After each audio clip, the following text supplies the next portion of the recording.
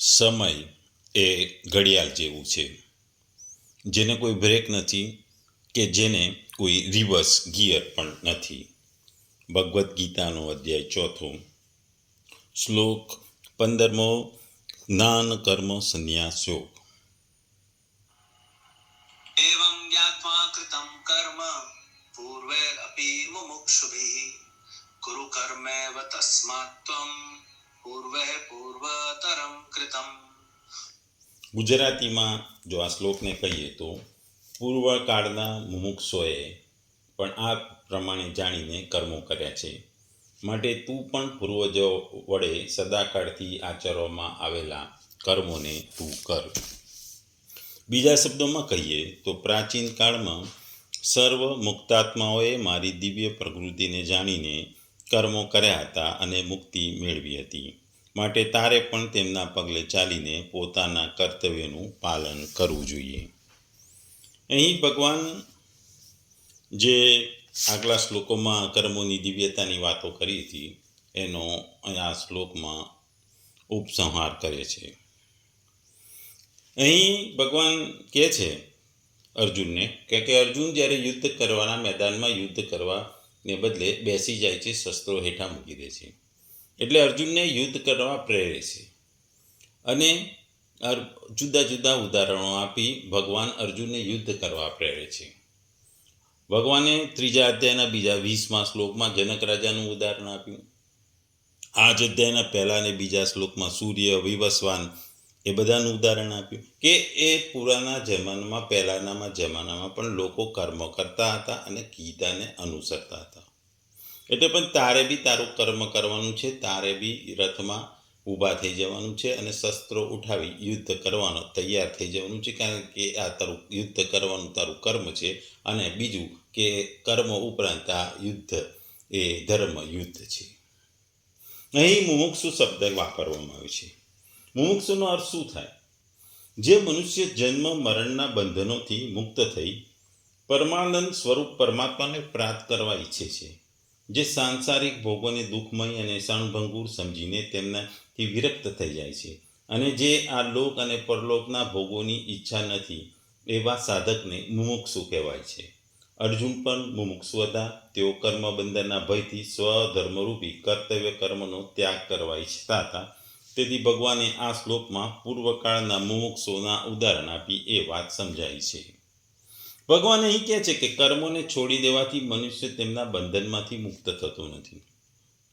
પહેલાના જમાનામાં પૂર્વકાળમાં પણ મુમુક્ષોએ પણ મારા કર્મોની દિવ્યતાના તત્વને સમજીને મારી જેમ કર્મોમાં મમતા, આસક્તિ અને ફલેચ્છા અને અહંકારનો ત્યાગ કરી નિષ્કામ ભાવે પોતપોતાના વર્ણાશ્રમ પ્રમાણે કર્મનું આચરણ કર્યું છે. તેથી તું પણ જો કર્મથી બંધનથી મુક્ત થવા ઈચ્છતો હોય તો પણ તારે પણ પૂર્વજ મુમુક્ષોની જેમ નિષ્કામ ભાવે સર્વધર્મરૂપી કર્તવ્ય કર્મોનું પાલન કરવું જોઈએ અને કર્મોનો ત્યાગ કરવો જોઈએ નહીં. અહીં ભગવાનનો કહેવાનો અર્થ એ છે કે અર્જુન પોતે મુમુક્ષુ હતા, અર્થાત પોતાનું કલ્યાણ ઈચ્છતા હતા, પરંતુ યુદ્ધરૂપે પ્રાપ્ત પોતાના કર્તવ્યને કરવામાં તે પોતાનું કલ્યાણ દેખાતું નથી, બલકે તેમને ઘોર કર્મ સમજીને તેમનું ત્યાગ કરવા ઈચ્છતા હતા. એટલા માટે ભગવાને જૂના એટલે પૂર્વકાળના મુમુક્ષોના ઉદાહરણ આપ્યા. શાસ્ત્રોમાં એવી પ્રસિદ્ધિ છે કે મુમુક્ષા જાગ્રત થતા કર્મોના સ્વરૂપને ત્યાગ કરી દેવું જોઈએ, કેમ કે મુમુક્ષા બાદ મનુષ્ય કર્મનો અધિકારી રહેતો નથી, પરંતુ જ્ઞાનનો અધિકારી થઈ જાય છે. પરંતુ અહીં ભગવાન કહે છે કે મુમુક્ષોએ પણ કર્મયોગનું તત્વ જાણીને કર્મો કર્યા છે. એટલા માટે મુમુક્ષો તત્વ જાગ્રત થવા છતાં પણ પોતાના કર્તવ્ય કર્મોનો ત્યાગ નહીં કરવો જોઈએ, પરંતુ નિષ્કામ ભાવપૂર્વક કર્તવ્ય કર્મો કરતા રહેવું જોઈએ. કર્મયોગનું તત્વ છે કર્મો કરતા રહી યોગમાં સ્થિર રહેવું અને યોગમાં સ્થિર રહીને કર્મો કરવા. કર્મ એ સંસાર માટે છે, જ્યારે યોગ પોતાના માટે છે. એટલે કર્મયોગ આ બંનેનું મહત્વ છે. કર્મોને કરવા અને ન કરવા બંને અવસ્થાઓ છે. આથી પ્રવૃત્તિ એટલે કર્મ કરવું અને નિવૃત્તિ કર્મ ન કરવું, બંને પ્રવૃત્તિ કર્મ કરવું છે. પ્રવૃત્તિ અને નિવૃત્તિ બેવથી પર થઈ જવું એ યોગ છે. જે પણ પૂર્ણ નિવૃત્તિ છે, પૂર્ણ નિવૃત્તિની કોઈ અવસ્થા નથી. ભગવાને 14મા શ્લોકમાં આગળ કીધું હતું કે કર્મફળમાં મારી સ્પૃહા નથી, એટલા માટે મને કર્મો નથી બાંધતા. જે મનુષ્ય કર્મ કરવાથી આ અવિદ્યા કર્મયોગને જાણીને ફળેચ્છાનો ત્યાગ કરી કર્મો કરે છે તે પણ કર્મથી બંધાતો નથી, કારણ કે ફળેચ્છાથી જ મનુષ્ય બંધાય છે. એટલે જો મનુષ્ય પોતાના સુખ ભોગને માટે અથવા ધન, માન, બડાઈ, સ્વર્ગ વગેરેની પ્રાપ્તિ માટે કર્મ કરે તો તે કર્મ તેને બાંધી લે છે. પરંતુ જેનું લક્ષ્ય ઉત્પત્તિ વિનાશીન સંસાર ના હોય તો પણ તે સંસારથી સંબંધ વિચ્છેદ કરવા માટે નિસ્વાર્થ સેવાભાવથી કેવળ બીજાના હિત માટે કર્મો કરે તો તે કર્મો તેને બાંધતા નથી, કારણ કે બીજાઓના માટે કર્મ કરવાથી કર્મનો પ્રવાહ સંસાર તરફ થઈ જાય છે, જેથી કર્મનો સંબંધ દૂર થઈ જાય છે અને ફળેચ્છા ન રહેવાથી નવો સંબંધ પેદા થતો નથી. ભગવાન અહીં આ શ્લોક દ્વારા ભગવાન અર્જુનને આજ્ઞા આપી રહ્યા કે તું મુમુક્ષુ છો, એટલા માટે તારે માટે જેવી રીતે અન્ય મુમુક્ષુએ લોકહિત માટે કર્મો કર્યા હતા એવી રીતે પણ તું સંસારના હિત માટે કર્મ કર. શરીર છે, ઇન્દ્રિય કે મન વગેરે કર્મની સઘળી સામગ્રી આપણાથી ભિન્ન તથા સંસારથી અભિન્ન છે. તે સંસારની છે અને સંસારની સેવા માટે મળી છે. તેણે પોતાને માની પોતાના માટે કર્મો કરવાથી કર્મોનો બંધન સંબંધ પોતાની સાથે થઈ જાય છે. જ્યારે સઘળા કર્મો બીજાના હિત માટે કરવામાં આવે ત્યારે કર્મોના સંબંધ આપણી સાથે રહેતા નહીં. કર્મો સાથે સર્વથા સંબંધ વિચ્છેદ થતાં યોગ અથવા પરમાત્મા સાથે આપણે નિત્ય સિદ્ધ થઈ સંબંધનો અનુભવ થઈ જાય છે કે જે પહેલેથી હોય છે.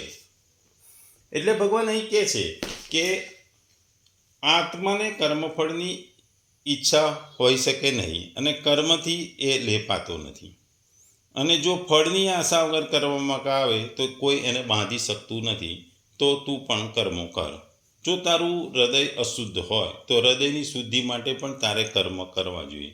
જો તને આ આત્મજ્ઞાન પ્રાપ્ત થતું હોય તો જગ કલ્યાણ માટે કર્મો કર, કારણ કે પહેલાંના જમાનામાં જનક અને સૂર્ય, વિવસ્વાન વગેરે પણ એવા જ કર્મો કર્યા હતા એવું આ ભગવાનનું કહેવાનું આ શ્લોકમાં છે. ભગવાને 13મા અને 14મા શ્લોકમાં ભગવાને જણાવ્યું કે કર્તવ્ય વિભાન અને ફળેચ્છા છોડીને સૃષ્ટિની રચના આદિ કર્મ કરતો હોવાથી તે કર્મો મારા માટે બંધન કરતા નથી. અહીં ભગવાન કહે છે કે મુમુક્ષુએ પણ આ પ્રમાણે ફળેચ્છાનો ત્યાગ કરીને કર્મો કર્યા છે, કારણ કે ફળેચ્છા હોવાથી જ કર્મો બંધન થઈ જાય છે. તેથી તું અર્જુન આ પ્રમાણે કર. ભગવાન અહીં કહેવાનો અર્થ છે કે કર્મ કરવા જરૂરી છે, એ પણ ફળની ઈચ્છા માટે. કારણ કે આજે સિંહને જોઈએ કે સિંહ જંગલનો રાજા હોય પણ એના ખાવા માટે એટલે એના પોતાના આહાર અને માટે એણે શિકાર કરવો પડે. એના મોઢામાં કોઈ વસ્તુ સીધી આવી જતી નથી, કારણ કે એને પોતાના ખોરાક અને પાણી માટે એણે પોતે જાતે કર્મ કરવા પડે છે, ભલે ને એ રાજા હોય, જંગલનો રાજા હોય કે શક્તિશાળી હોય. કારણ કે ભગવાન એ જ કહે છે કે આજે તમારે કોઈ પણ જગ્યાએ જવું હોય, આજના જમાનામાં તમારે કોઈ જગ્યાએ જવું હોય તો તમારે એ જગ્યાએ પહોંચવા માટે, નવું શહેર હોય તો તમારે એ જગ્યાએ પહોંચવા માટે તમારે એ સરનામાએ પહોંચવા માટે તમારે કોઈને પૂછવું પડે કે ભાઈ આ સ્થળ ક્યાં આવ્યું. તમે ટ્રેનમાંથી ઉતરી એ શહેરમાં પહોંચો એટલે આપોઆપ એ સ્થળે કે એ જગ્યાએ તમારે જ્યાં જવાનું હોય ત્યાં પહોંચી શકતા નથી. માટે તમારે તમારા કર્મ કરી અને તમારે લોકોને પૂછવું પડે છે કે આ રસ્તો ક્યાં આવ્યો, કે આ બિલ્ડિંગ ક્યાં આવ્યું, આ માર્ગ ક્યાં આવ્યો. આજના જમાનામાં આપણે જો લોકોને પૂછતા ના હોઈએ તો આપણે જીપીએસ, મોબાઈલમાં જીપીએસ સિસ્ટમ હોય છે, આપણને એ દોરી જાય છે કે તમારું જે પહોંચવાનું સ્થળ આ જગ્યાએ છે, એ તમને પહોંચવાના સ્થળનો માર્ગ બતાવે છે. એટલે ભગવાન અહીં એ જ કહે છે કે પહેલાંના જમાનામાં લોકો બી કર્મો કરતા હતા. જે મોક્ષ પામ્યા છે, જે મુમુક્ષુઓ છે, એ પણ પ્રાચીન સમયમાં કર્મ કર્યા હતા. કર્મ મોક્ષ પામ્યા કે મુમુક્ષુ થયા પછી પણ છોડવાના હોતા નથી, કર્મ તો કરવા પડે છે. એટલે માટે અર્જુન તું પણ આ કર્મ, તારા જે યુદ્ધ કરવાનું તારું કર્મ છે, ક્ષત્રિય તરફનો ધર્મ છે અને આ ધર્મયુદ્ધ છે, એટલે તારે કર્મ કરવાના છે જ. એટલે ભગવાન એને પોતાના યુદ્ધ માટેના કર્મ કરવા અહીં સમજાવી રહ્યા છે, કારણ કે ભગવાન કરતા હોવા છતાં અકર્તા છે એવું કહે છે, એમ મુમુક્ષુઓ પણ કરતા હોવા છતાં અકર્તા છે. પ્રાચીન સમયથી જ કર્મો કરવાની પરંપરા છે અને એ પરંપરાને આપણે પાલન કરીએ છીએ. આપણા સનાતન ધર્મમાં ખાસ કરીને પરંપરાઓનું બહુ મહત્ત્વ છે.